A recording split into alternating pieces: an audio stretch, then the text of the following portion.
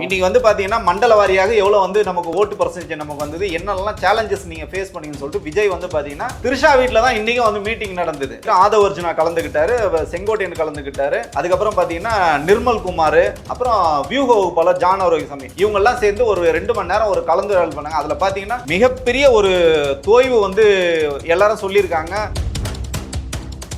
தலைவரே எல்லாரும் மிகப்பெரிய ஒரு வருத்தத்தில் இருக்காங்க. எத்தனை பேர் சாவான்னு தெரியல, யாருக்கும் வந்து நீங்க வந்து ஒரு சப்போர்ட்டும் பண்ணல, ஒரு வீடியோ கூட போடல, எல்லாத்துக்கும் மேல சிகரம் வச்சது போல ஸ்ரீரங்கம் வேட்பாளர் திரும்பி பாத்தீங்கன்னா பாவம் அந்த தம்பி வந்து விஜய்க்கு வந்து செய்தி தொடர்பாளர் இருக்காரு ரமேஷ், அவர்லாம் கதறி கதறி அழுகுறாப்புல. லயலாமணி போய் தேத்துறாரு, தம்பி அழுவாதரா அழுவாதரா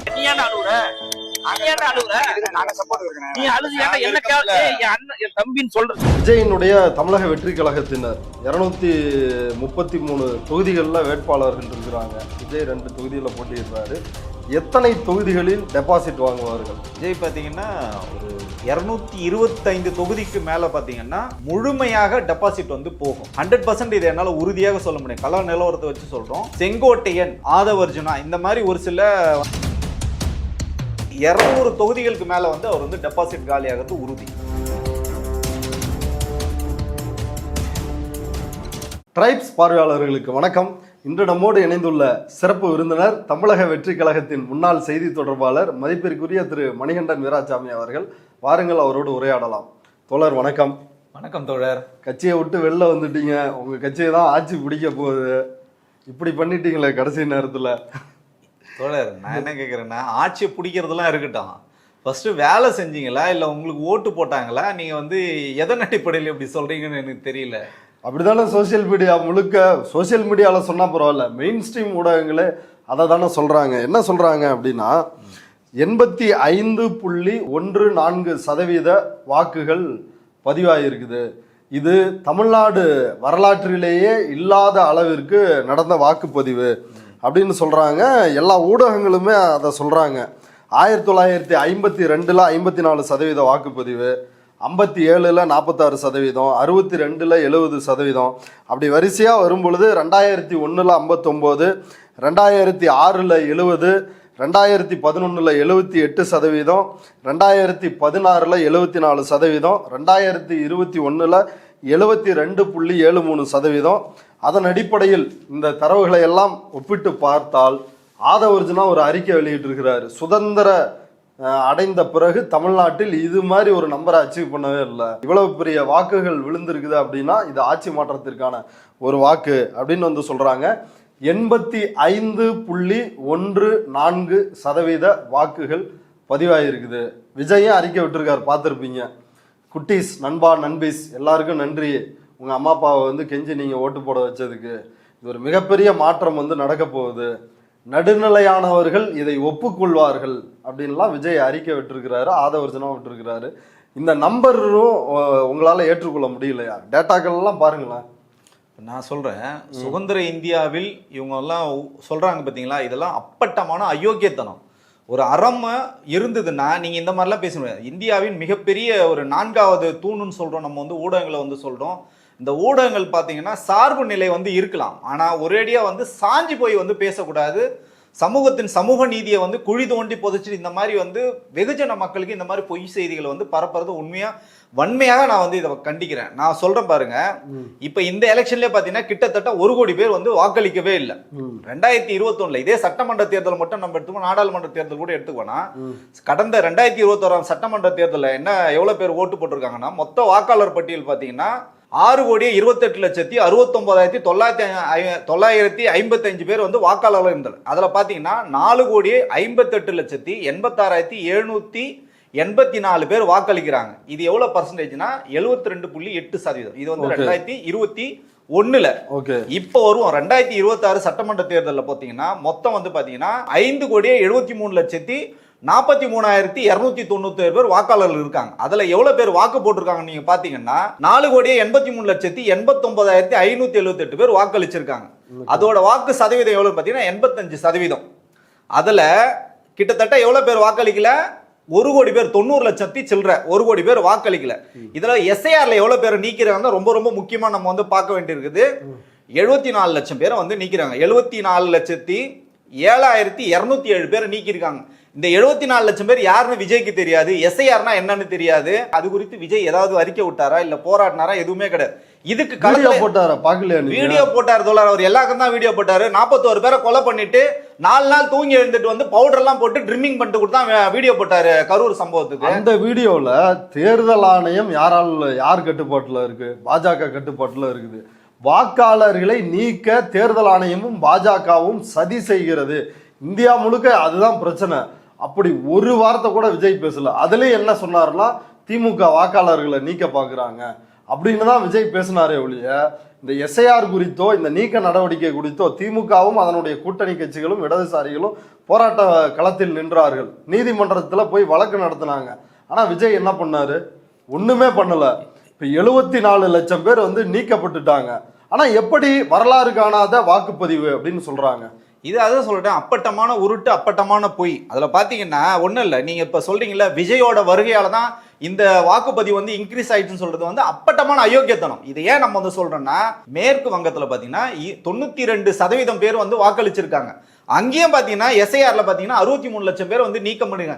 இது ஏதாவது விஜய்க்கு தெரியுமா? இந்த ஊடகங்கள் வந்து இதெல்லாம் வந்து இதை சொல்லாம தமிழகத்துல மட்டும் இவ்வளவு பெரிய எழுச்சி நடந்துருக்கு சொல்றது அப்பட்டமான அயோக்கியத்தனமா தான். அப்ப அங்கேயும் விஜய் போட்டிடுறாரா? அப்போ நேஷனல் பார்ட்டியா மாறிடுறாரா? அதை பாத்தீங்கன்னா ஒரு நெருக்கடி காலத்துல வரும்போது அதிமுக வந்து எம்ஜிஆர் என்ன பண்றாரு, அகில இந்திய அதிமுகன்னு சொல்லிட்டு மாத்துறாரு. இங்க தமிழகத்துல வந்து கட்சிகளை வந்து பேன் பண்றாங்கன்னு சும்மா ஒரு தகவல் தான் வருது. நெருக்கடி நிலை வரும்போது அகில இந்திய பார்ட்டியா மாறலன்னு சொல்லிட்டு அதிமுக அப்படிதான் மாறினாங்க. அந்த மாதிரி பாத்தீங்கன்னா இந்த தமிழக வெற்றி கழகம் பார்த்தீங்கன்னா அகில இந்திய வெற்றி கழகம் மாறிட்டாங்கன்னா கூட நமக்கு வந்து தெரியல. உள்ளபடியே நமக்கு வந்து இது வந்து என்ன சொல்றதுன்னா வெக்கக்கேடான விஷயமா. தமிழ்நாட்டுல விட 7% அதிக வாக்குப்பதிவு அங்க நடந்திருக்குது. இப்ப அங்கேயும் விஜய் வந்து போட்டிக்கிட்டாரா? இல்ல, அததான் இந்த ஊடகங்கள் சொல்ல மறுக்கின்றன. இதை தான் வந்து மக்களுக்கு தவறா வழி நடத்துறாங்க. ஆமா, வாக்காளர் பட்டியல இருந்து 74 லட்சம் பேரை நீக்கி விட்டு ஒரு தேர்தல் நடக்குது. வழக்கமா எவ்வளவு வாக்குப்பதிவு நடக்குமோ அதுதான் நடந்திருக்குது. 2021 ஒப்பிட்டால் இப்ப 23 லட்சம் பேர் தான் புதிதாக வாக்களிச்சிருக்காங்க. இன்னும் சரியா சொல்ல போனீங்கன்னா பாத்தீங்கன்னா 7.73% தான் இன்க்ரீஸ் ஆயிருக்கு. ஓகே, அதுதான். அதுலயும் என்னன்னா புதிய வாக்காளர்கள் 15 லட்சம் பேருக்கு மேல வந்து இணைஞ்சிருக்காங்க. திமுக தான். அவன் வந்து இன்னைக்கு தாவேக்காக ஓட்டு போட்டுக்கலாம், தற்கூரியா இருக்கலாம், அதை பத்தி எல்லாம் பிரச்சனை. இந்த புதிய வாக்காளர்களுக்கு எப்படி வந்து அந்த ஃபார்மை வந்து ஃபில் பண்ணனு கூட அவங்க வந்து களத்துல வந்து தெரியாது. இதையும் செய்தது திராவிட முன்னேற்ற கழகம் தான். ஓகே, அதான் இப்ப அந்த புதிய வாக்காளர்கள் ஒரு 15% இதுல சேர்ந்துருக்கிறாங்க. இது எல்லாத்தையும் சேர்த்துனாலே 2021 தேர்தலுக்கும் இப்பையும் வெறும் 23 லட்சம் வாக்குகள் வித்தியாசம் தான். இது வழக்கமாவே ஒவ்வொரு தேர்தலுக்கும் 30 லட்சம் 40 லட்சம் அப்படின்னு கூடுதல் வாக்குப்பதிவாகிறது அப்படின்றது ஒரு வழக்கமான நடைமுறை. ஏன்னா புதிய வாக்காளர்கள் சேர்க்கும் பொழுது, முதல் முறையா வாக்களிக்கின்ற அந்த இளைஞர்களை சேர்க்கும் பொழுது இது. ஆனா இப்படி இருக்கும் பொழுது ஏன் ஊடகங்களும் சரி, இப்ப விஜய் இப்படி அறிக்கை வர்றாரு, வரலாறு காணாத வாக்குப்பதிவு, இது வந்து தாவேக்காவனாலதான் நம்ம அரசியலுக்கு வந்ததுனாலதான் நடந்துச்சு அப்படின்றாரு. ஆதவ அர்ஜுனாவும் அதே தான் வந்து சொல்றாரு. இப்ப அவங்க வந்து ஒரு கட்சி நடத்துறாங்க, அவங்க அப்படி பேசுறதுல எந்த விஷயமும் இல்லை. ஊடகங்களும் பல்வேறு மூத்த பத்திரிகையாளர்கள் அப்படின்னு சொல்பவர்களும், இப்ப இந்த மூத்த பத்திரிகையாளர் மணி, இப்படி பலருமே இதே கருத்தையே சொல்றாங்களே. இது வந்து இந்த ஃபேக்டரை வந்து மறுக்க முடியாது. விஜய் தான் இதுக்கு காரணம், இளைஞர்கள்லாம் அதிக அளவில் வாக்களிச்சிருக்கிறாங்க அப்படின்னு இப்படி சொல்றாங்களே. இப்படி ஒரு நெரேட்டிவை கட்டமைக்கிறதுக்கான நோக்கம் என்ன? கட்டமைக்கிறது ஏன் நோக்கம்னு பார்த்தீங்கன்னா, அவங்களுக்கு ஏதோ ஒரு தேவை வந்து இருக்கு. இந்த அரசியல் களம் வந்து பார்த்தீங்கன்னா இங்க ஒரு வீரியமாக இருக்கிறது. இவ்வளவு தூரம் வந்து திமுக அதிமுக வந்து களத்துல வந்து வேலை செய்யணும், எந்த வேலையும் செய்யலைங்க. யோசிச்சு பாருங்களேன், வெறும் 10 நாள் மட்டும்தான் பிரச்சாரம் பண்ணாரு. பல நாட்கள் வந்து பிரச்சாரம் வந்து ரத்து பண்ணாரு, அனுமதி வாங்கி ரத்து. கடலூர்ல 3 முறை ரத்து பண்ணாரு, திருவள்ளூர்ல 2 முறை ரத்து பண்ணாரு. வெறும் 18 தொகுதி, அதுவும் தொகுதி பார்த்தீங்கன்னா அந்த பார்டர்ல வந்து டச் பண்ணிருப்போம். அதை வந்து தொகுதியாவே கணக்காவே நம்ம எடுத்துக்கிட்டா கூட மொத்தமே 10 நாள் கூட வேலை செய்யலுங்க அவரு. 234 தொகுதியில நீ எங்க இருக்கு தொகுதின்னு கூட தெரியாது. பல வேட்பாளர் வந்து கதறி அழுகுறாங்க, வீடியோ வந்து போடுறாங்க, கதறி கதறி அழுகுறாங்க. தமிழகத்தில் பாத்தீங்கன்னா 39 மாவட்டங்கள் இருக்கு, 39 தொகுதி கூட போலங்க, வெறும் 18 தொகுதி தான் வந்து போயிருக்காரு. அந்த 18 கூட பாத்தீங்கன்னா ஜோசியக்காரன் சொன்ன கணக்கு தான். அது வெக்க கேடானதுங்க. இதுக்கு போய் எல்லாரும் வந்து முட்டு கொடுத்துட்டு பேசுறது உள்ளபடியே நமக்கு வந்து வேதனை அளிக்குது. ஒன்றும் இல்லை, இவ்வளோ தூரம் பேசுகிறவங்கலாம் தொகுதி முழுக்க போய் பார்க்க சொல்லுங்க தாவேகாவோட செயல்பாடு. நான் இன்னைக்கு ஒரு 2 மணி நேரம் ஒரு மீட்டிங் வச்சிருக்காரு. அந்த மீட்டிங்ல கழுவி விஜய் வந்து ஊத்தி இருக்காங்க. நமக்கு என்னெல்லாம் பிரச்சனை இருந்தது, யார் மீட்டிங் நடத்துறோம், மீட்டிங் வந்து பாத்தீங்கன்னா மண்டல வாரியாக எவ்வளவு வந்து நமக்கு ஓட்டு பர்சன்டேஜ் நமக்கு வந்தது, என்னெல்லாம் சேலஞ்சஸ் நீங்க ஃபேஸ் பண்ணீங்கன்னு சொல்லிட்டு விஜய் வந்து பாத்தீங்கன்னா அதே போல பனையூரை வந்து பூட்டிட்டாங்க. அது தேர்தலுக்கு முன்னாடி பூட்டின அலுவலகம் தான் இன்னைக்கும் திறக்கல. திரிஷா வீட்டுல தான் இன்னைக்கும் வந்து மீட்டிங் நடந்தது. நம்ம வந்து திரிஷா வீடுன்னு தான் சொல்லி ஆகணும். ஏன்னா இவருக்கும் திரிஷாவும் ஒரே வீட்டுல தான் இருக்காங்க. ராஜா நம்மளுக்கு வீட்டுல தான் வந்து இருக்காரு.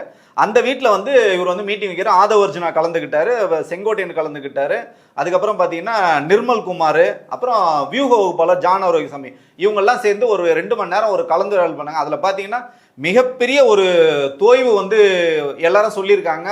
தலைவரை எல்லாரும் மிகப்பெரிய ஒரு வருத்தத்தில் இருக்காங்க. எத்தனை பேர் சாவான்னு தெரியல, யாருக்கும் வந்து நீங்க வந்து ஒரு சப்போர்ட்டும் பண்ணல, ஒரு வீடியோ கூட போடல. அது எல்லாத்துக்கும் மேல சிகரம் வச்சது போல ஸ்ரீரங்கம் வேட்பாளர் திடீர்னு பாத்தீங்கன்னா பாவம் அந்த தம்பி வந்து விஜய்க்கு வந்து செய்தி தொடர்பாளர் இருக்காரு ரமேஷ், அவர்லாம் கதறி அழுவுறாப்புல.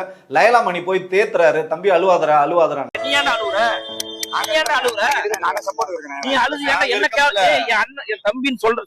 யாருமே வரல. நான் தொகுதி பக்கம் தலைவர் வரவே இல்லை, பூத் ஏஜென்ட் வரல, பூத் ஏஜென்ட்டுக்கு பணம் கொடுக்கல, சாப்பாடு கூட வாங்கி கொடுக்கல. இவ்வளோ கேவலமா ஒரு தேர்தலை நடத்திட்டு இதுல வேற பெருசா இவங்க வந்து மார்த்தட்டிக்கிறது உள்ளபடியே நமக்கு வந்து வேதனை அளிக்குது. இப்ப இதுல லயலாமணி, இவர் தேசிய செய்தி தொடர்பாளர் இவங்க எல்லாம் ஏன் போட்டியிடல? அப்புறம் நாஞ்சில் சம்பத் இவங்களுக்கு எல்லாம் சீட்டு கிடைச்சிருக்குமே. ஏன்னா பல வேட்பாளர்கள் வெளியில இருந்து மற்ற கட்சிகள்ல இருந்து கூப்பிட்டு சீட்டு கொடுத்துருக்குறாங்க. ஏன் இவங்களுக்கு எல்லாம் வந்து வாய்ப்பு கிடைக்கல, இல்ல வாய்ப்பு கொடுக்கப்பட்டு வேணான்ட்டாங்களா? காலையில நீங்க மெயின் ஸ்ட்ரீம் ஊடகங்கள்லாம் வந்தது. மேற்கு வங்காளத்துல பாத்தீங்கன்னா ஒரு பிஜேபி வேட்பாளர் வந்து பொதுமக்கள் விரட்டி அடிச்ச காட்சியை வந்து காமிச்சாங்க. அந்த மாதிரிதான் நாஞ்சில் சம்பத்லாம் போய் எங்கன்னா போட்டிட்டு இருந்தாருன்னா விரட்டி அடிச்சிருப்பாங்க. ஏன்னா அவர் விஜயை பத்தி ரொம்ப தரக்குறைவா பேசியிருந்தார். ஒரு தவக்கலை, அவனுக்கு எதுவுமே தெரியாது, அவனுக்கு அரசியலே தெரியாது அப்படின்னு சொன்ன இவரு உடனே விஜய் வந்து ஆகாய சூரர் அப்படி இப்படின்னு ஒரு பேசினார்னா வெகுஜன மக்கள் வந்து வெகுனிருந்து வேட்டியெல்லாம் அவுத்து அடிப்பாங்க. ஸோ அதனால வந்து போட்டியிடல. நீங்க சொன்ன தம்பி லயலாமணியும் சரி, யாருமே சரி, களத்துல எந்த சப்போர்ட்டும் இவங்க பண்ண மாட்டேன்னு தெரிஞ்சதுனால நட்சத்திர பேச்சாளர்லாம் மாறி ஃபெலிக்ஸ் ஜெரால்டு, அதுக்கப்புறம் நாஞ்சில் சம்பத், லயலாமணிலாம் வந்து முழுக்க கல்லா கட்டி தேத்தி வச்சுக்கிட்டாங்க. ஆனா பாவம் அந்த ரமேஷ்லாம் பாத்தீங்கன்னா கண்ணீர் விட்டு கதறி அழுவுறாப்ல. இப்ப லயலாமணிக்கு வந்து ஊட்டி கொடுத்ததாகவும் அவர் மறுத்ததாகவும் ஒரு தகவல் சொல்றாங்களே, உண்மையா? ஆமா, உண்மைதான். அவரு பாவம் சென்னையில இருக்காரு, சூளைமேட்ல இருக்கிற கூட்டு போயிட்டு நீங்க ஊட்டியில போட்டீங்கன்னா அவரால் எப்படி வேலை பார்க்க முடியும்?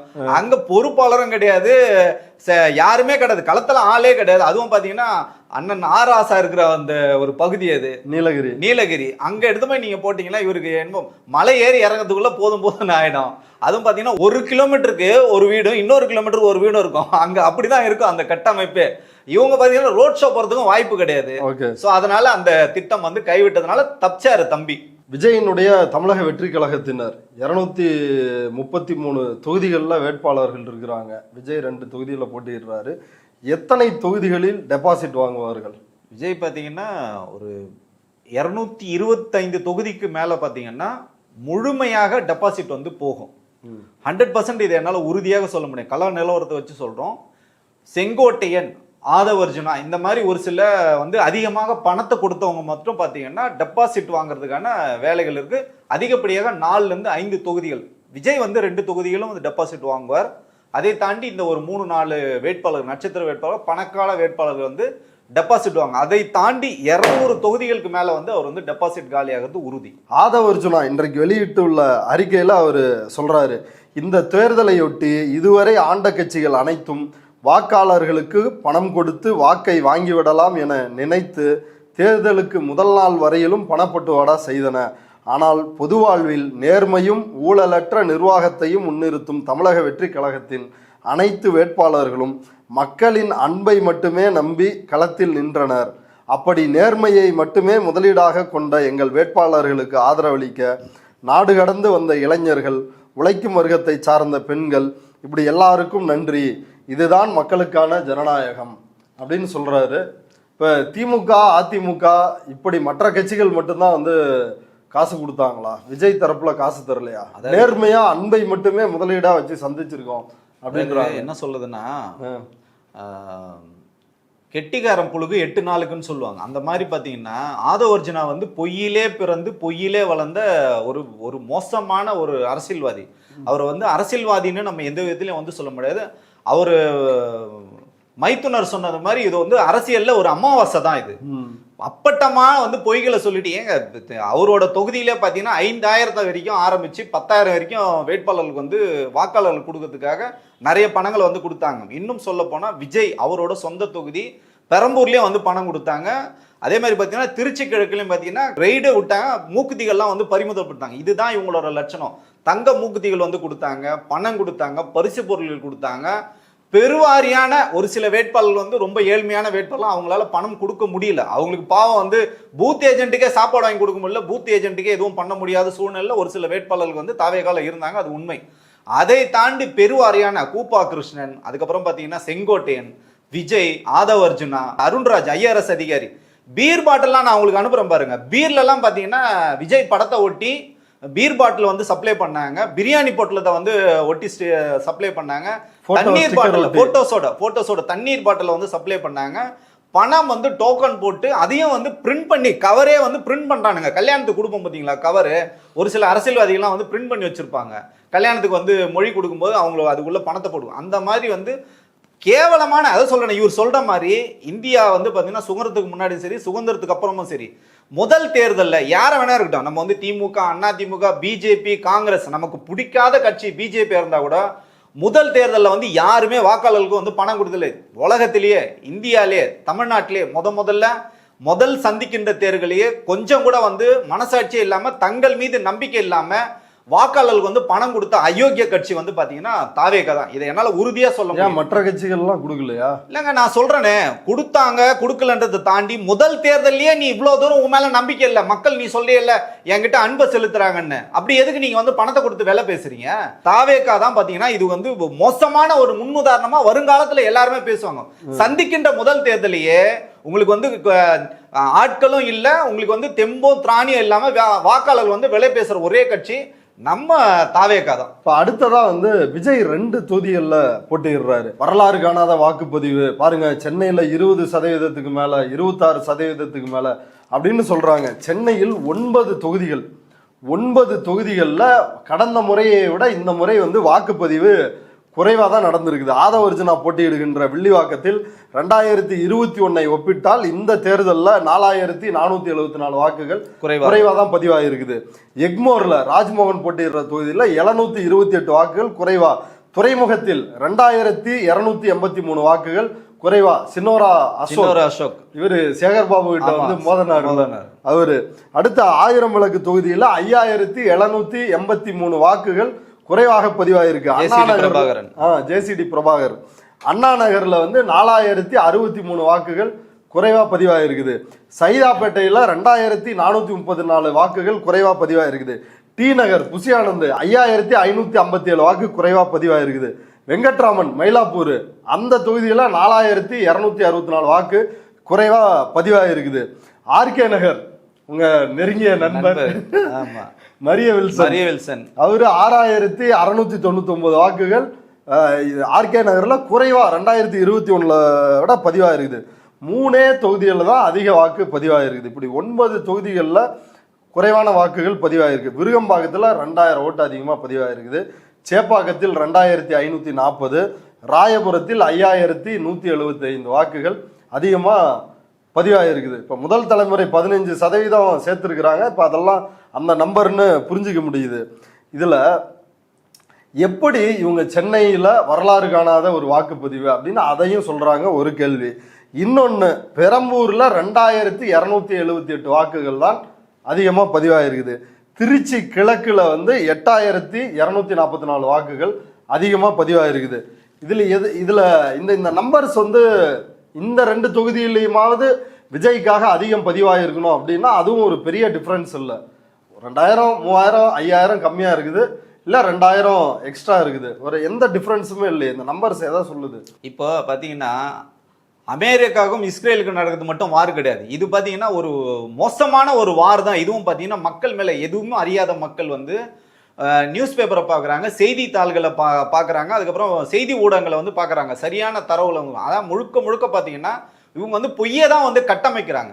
இவரோ விஜயனால தான் மிகப்பெரிய ஒரு எழுச்சி வந்தது மாதிரி. அப்படி எழுச்சி வந்ததுன்னா 2 முறை தான் பெரம்பூருக்கு போனார், 2 முறை தான் திருச்சி கிழக்குக்கு போனார். இந்த ஊடகங்கள் ஏன் 234 தொகுதியில ஏன் விஜய் நீங்க 18 தொகுதி மட்டும் தான் போனீங்கன்னு சொல்லிட்டு ஏதாவது ஒரு ஊடகம் வந்து கேள்வி கேட்டிருக்கா விஜய்? இல்ல இது விஜய் 2 முறை போனாரு, இல்ல விஜய் அரசியல் விஜய் சொல்ற ஆர்குமெண்ட்டே வச்சுக்கலாம். நம்பர்ஸ் அப்படி எதுவுமே காட்டலையே. வராதுங்க, அதுதான் சொல்றேனே. விஜய்க்காக இங்க யாரும் வந்து விஜய்க்காக வந்து ஓட்டு போடணும்னு சொல்லிட்டா ஒருத்தனும் வந்து வரவே இல்லைங்க. இவங்கள நான் உள்ளபடியே சொல்றேன்னா, விஜய்க்காக யாரெல்லாம் வாக்களிக்கணும்னு சொல்லிட்டு ஆர்வமா இருந்தவங்க எல்லாம் எஸ்ஐஆர்ல நீக்கப்பட்டாங்க. அதுவே விஜய்க்கு வந்து தெரியாது. அந்த பசங்க கண்ணீர் விட்டு அழுவுறானுங்க, அண்ணா எங்க வாக்குலாம் இல்லைன்னா நாங்க என்னென்ன பண்றது. இதுதான் அவங்களோட நிலவரமா இருக்க கண்டி. அதை தாண்டி விஜய்க்காக யாரும் வந்து வாக்களிக்கவே இல்லை. ஆதவர்ஜுனா போட்டியிடுற வெள்ளிவாக்கத்திலேயே 2021 விட 4474 வாக்குகள் குறைவாதான் வந்திருக்கு. அவரே போய் வெள்ளிவாக்கத்துல சொல்றாரு, மறக்காம விசிகே ஓட்டு போட்டுக்கன்னு கேக்குறாரு. சோ இப்படிதான் களம் இருக்க கண்டி. இவங்களுக்கு அதான் சொல்றேன், தொகுதி மாறி போய் வாக்கு கேக்குறாங்க. இவனுக்கு தொகுதியே எதுன்னு தெரியாது. ஆதவர்ஜுனான் பாத்தீங்கன்னா கொளத்தூர்ல போய் வாக்கு கேட்கிறாரு, விஜய் என்னன்னு பாத்தீங்கன்னா ஆர்கே நகர்ல வந்து ஓட்டு கேட்கிறாரு. அவர் தொகுதி நினைச்சு மாறி போய் வாக்கு கேட்கறாங்க. இப்படி பல்வேறு குளறுபடிகள் நடந்தது. உள்ளபடியே சொல்றேன், விஜய்க்கு வந்து நிச்சயமாக இது ஒரு பாடமாக இருக்கும் இந்த எலெக்ஷன். இப்படி ஏன் ஒரு நெரேட்டிவை கட்டமைக்கிறாங்க? இன்னைக்கு வந்து ஒரு பெற்றோரினுடைய ஒரு வீடியோ பார்த்தேன். அவங்க நேற்று வந்து வாக்குப்பதிவு நடந்த பிறகு, இப்போ என் பொண்ணு வந்து கயல்விழி அப்படின்னு அந்த பாப்பா பேரை சொல்றாப்புல. ஸ்கூல் படிக்கிறாங்களாம் அந்த பாப்பா, 11 வயசுன்னு நினைக்கிறேன். அந்த பாப்பா வந்து 234 தொகுதியிலையும் விஜய் ஜெயிச்சிருவாரு அப்படின்னு வந்து நம்பிக்கிட்டு இருக்கிறாங்களாம். மே 4ஆம் தேதி உண்மையான ரிசல்ட் வர்றப்ப இவங்களோட மனநிலையெல்லாம் என்ன ஆக போகுது, இப்படி குழந்தைகள் என்ன அன்னைக்கு அவங்க நினைக்க போறாங்க, அதனால எல்லாரும் வேண்டிக்கங்க இந்த குழந்தைகளுக்கு எதுவும் ஆயிடக்கூடாது அப்படின்னு ஒரு பெற்றோர் வந்து வீடியோ போடுறாரு. இப்பதான் பாப்பாவை ஸ்கூல்ல விட்டுட்டு ஆபீஸ்க்கு வந்தேன். ஷி ஜென்யூன்லி திங்ஸ் வர்ற எலெக்ஷன்ல டிவிக்கே 234 தொகுதியிலையும் ஜெயிச்சு விஜய் அண்ணா சிஎம் ஆக போறார் அப்படின்னு சொல்லி அவ ஜென்யூனா பிலீவ் பண்றா. இந்த எண்ணம் அவளுக்கு எப்படி வருது அப்படின்னா, அவ கன்சியூம் பண்ற கான்டென்ட்ல இருந்து, இன்ஸ்டாகிராம், யூடியூப், அவளோட ஃப்ரெண்ட்ஸ், இதுதான் அவளுடைய உலகம். 11 வயசு ஆகுது. அவ இவ்வளவு ஸ்ட்ராங்கா இந்த பார்ட்டி இந்த எலெக்ஷன்ல வின் பண்ண போகுது அப்படின்னு நினைக்கிறா அப்படின்னா அவ கன்சியூம் பண்ற அந்த கான்டென்ட்ல இருந்துதான். சோசியல் மீடியா அப்படின்றது ஒரு பபிள். இப்ப எனக்கு என்னுடைய மைண்ட் செட் என்ன, நான் என்ன மாதிரியான கான்டென்ட் பார்ப்பேன், என்ன மாதிரியான கான்டென்ட் எனக்கு காமிச்சா நான் தொடர்ந்து அந்த பிளாட்ஃபார்முக்குள்ளேயே இருக்கணும், அந்த மாதிரியான கான்டென்ட்டா எனக்கு காமிக்கும். என்னோட பொண்ணுக்கு அவளுக்கு எந்த மாதிரியான கான்டென்ட் பிடிக்குமோ, எந்த மாதிரியான கான்டென்ட் பிடிச்சிருந்தா அவளை தொடர்ந்து சோசியல் மீடியாக்குள்ளேயே வச்சுக்கலாமோ அந்த மாதிரியான கான்டென்ட்டா காமிக்கும். இந்த பபுளுக்கு வெளியில ஒரு பெரிய உலகம் இருக்கு, அது வேற உலகம். அங்க இருக்கிறவங்க வேற மாதிரி பிஹேவ் பண்ணுவாங்க. இன்னுமே மேக்ஸ் டு மேக்ஸிமம் ஒரு 10 to 20% தான் வந்து சோசியல் மீடியா இதெல்லாம் யூஸ் பண்றவங்க. இதுக்கு வெளியே ஒரு பெரிய உலகம் இருக்கு.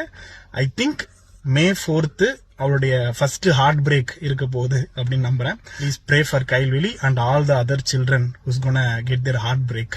இப்படி தேர்தல் முடிந்த பிறகும் நம்பர்ஸ் தெளிவா வந்துருச்சு. 2021 விட சென்னையிலேயே ஆதவர்ஜுனா போட்டியிடுற தொகுதி, புசி ஆனந்த் போட்டியிடுற தொகுதி, ராஜ்மோகன் போட்டியிடுற தொகுதி எல்லாத்துலயுமே எப்படி குறைஞ்சிருக்குது அப்படின்றது தெளிவா இருக்கும் பொழுது இவங்க மீண்டும் மீண்டும் இந்த நெரேட்டிவை கட்டமைக்கிறாங்களே. இப்ப விஜயை நம்புற அந்த 18 வயது கீழே இருக்கிறாங்கல்ல அந்த குழந்தைகள், சிறுவர்கள், அவங்களோட நிலைமை என்ன ஆகிறது? இல்லை, அவங்கள தயவு செஞ்சு பெற்றோர்கள் வந்து அவங்கள ரொம்ப க்ளோஸாக வாட்ச் பண்ணணும். அவங்களுக்கு வந்து சொல்லி புரிய வைக்கணும். விஜய் வந்து அவங்க குழந்தைகளுக்காக இறங்கி வராத ஒரு மனிதர். இவர் சொன்னார்ல, குட்டீஸ்லாம் வந்து அவங்க அப்பா அம்மா கிட்ட வந்து போய் பேசுங்க, விஜய் அங்கிளுக்காக ஓட்டு போட சொல்லணும். அவரோட பையனோ பொண்ணோ இப்போ வரைக்கும் விஜய்க்கு ஓட்டு போடுங்கன்னு வந்து சொல்லலை. திவ்யா சசா வந்து சொல்லலை, ஜேசன் சஞ்சய் வந்து சொல்லலை. அவங்க வீட்டிலே விஜய்க்கு வந்து ஓட்டு போடல யாருமே. அவங்க அப்பா வந்து சொன்னார கண்டிப்பாக விஜய்க்கு ஓட்டு போட்டிருப்பானா, போட்டிருக்கவே மாட்டார். அவர் மனசாட்சியை தொட்டு அவர் பார்த்தாருன்னா விஜய்க்கு வந்து ஓட்டு போட்டிருக்க சாத்தியமே இல்லை. என்னோட பயணப்பட்ட சக தோழர்களே, டிவிக்கால இருக்க நண்பர்களே விஜய்க்கு ஓட்டு போடவில்லை. அதை என்னால் ஆணித்தரமா அடித்து சொல்ல முடியும். ஏன்னா விஜய் வந்து எல்லாரும் கடங்காரனாகன்னு தான் அதிகம். விஜய்க்காக வந்து பொழப்பு போனது தான் மிச்சம். விஜய்க்காக எத்தனை பேர் வேலை போனது தான் மிச்சம். இந்த எலெக்ஷனுக்காக வேலை பார்க்குறேன்னு சொல்லிட்டு அவன் வந்து கம்பெனியில் லீவ் போட்டு வந்து வேலையை விட்டு நீக்கினது. பல வீடுகளில் பார்த்தீங்கன்னா பொருளாதார நெருக்கடி விஜயால ஏற்பட்டிருக்கு. ஸோ இதுதான் நிதர்சனம் உண்மை. அதை வந்து புரிஞ்சுக்கணும். அந்த தொண்டர்களும் வந்து புரிஞ்சுக்கணும். விஜயால எத்தனை பேர் சாவ போறான், எத்தனை பேர் தற்கொலை பண்ணிக்க போறான்னு நமக்கு தெரியல. விஜய் சந்தோஷமா தான் இருக்கு. அவருக்கு தெரியும் இது 234 தொகுதி நம்ம வந்து டெபாசிட் வாங்க போறது இல்லைன்னு அவருக்கு தெரியும். இதை மாத்துறதுக்காக ஊடகங்கள் மூலயமா இந்த மாதிரி ஒரு பொய்யான ஒரு பிம்பத்தை வந்து கட்டமைக்கிறாங்க. இது உள்ளபடியே ரொம்ப வந்து கண்டிக்கத்தக்கது. இதை வந்து வருந்தத்தக்கது. இது இப்ப விஜய் வந்து அவர் போட்டியிட்ட 2 தொகுதிகளில் ஏதாவது ஒன்னுலயாவது வெற்றி பெறுவதற்கு வாய்ப்பு இருக்கா? திருச்சி கிழக்கு வந்து படு தோல்வி அடைவார். ஆனா பெரம்பூர்ல நம்ம வந்து வருகின்ற சர்வேலாம் நம்ம பார்க்கும்போது அங்க வந்து அவருக்கு ஒரு வெற்றி முகம், அதாவது இழுபறி இருக்குன்னு வந்து சொல்றாங்க.